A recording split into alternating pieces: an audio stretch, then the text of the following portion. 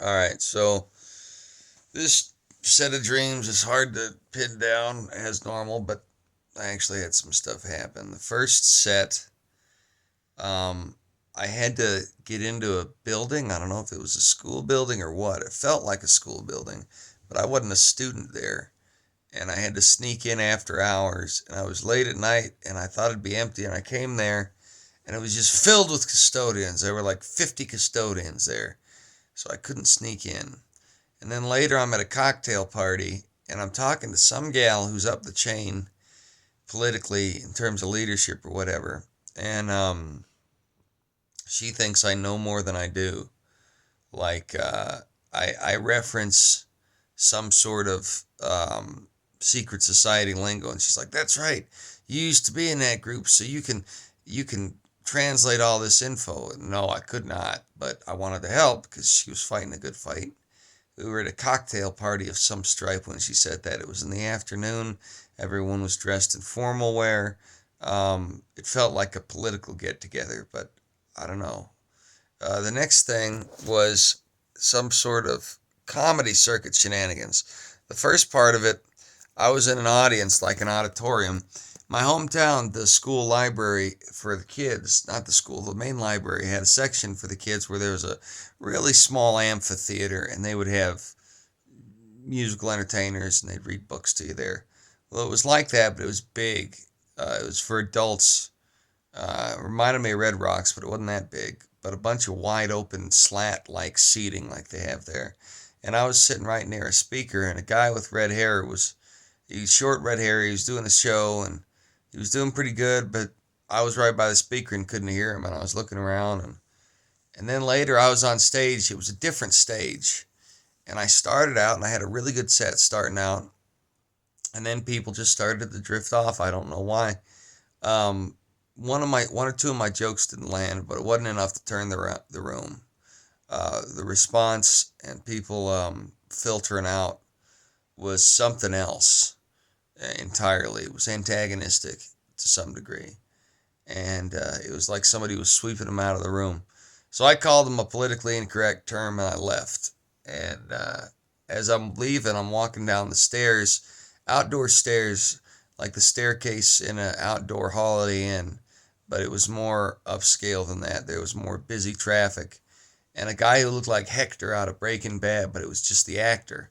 He's telling me I can't do that, and I just pushed him off like nothing. I felt intimidated. I felt angry more than that, and I wasn't gonna have his crap, so I just brushed him off and kept going. And then there was some dude, superheroes had, the green screen suits, like the Green Man suit out of It's Always Sunny in Philadelphia.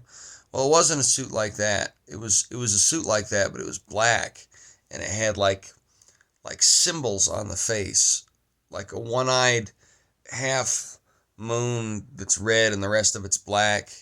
Kind of like a gimp suit, but some out of a superhero movie, like Rorschach in Watchmen, but fixed, but not as abstract. Anyway, that thing was coming after me, and it didn't matter for some reason. And I remember I was walking away from this building, and it was sunlight. It was 4 in the afternoon. Sunlight coming from over here on me, uh, and I was talking to God about it. I was worried it was the end, but at the same time, it didn't matter. Um, and that's I'm forgetting. I'm forgetting some very important details, and I just can't dread them up. So main details: politics, invading the school, intentionally pissing off some comedy community because they were being underhanded. Hector from Breaking Bad trying to intimidate me. And some fool with shapes on the face of his weird suit, like a superhero villain, coming after me for whatever reason as I leave in the sunshine. And what does that mean? Well, I mean, I do tend to just burn them bridges when I'm like, oh, it's across that bridge, bunch of jerks. It's probably not the best way to do it, but I don't know. It was different because usually when I have the bombing dream, I'm up there. That'll happen. I don't know. I must not be the only comic that has this dream. You're on stage and your mouth turns to mush and you forget your jokes and you just can't remember what you're saying. But this one was different.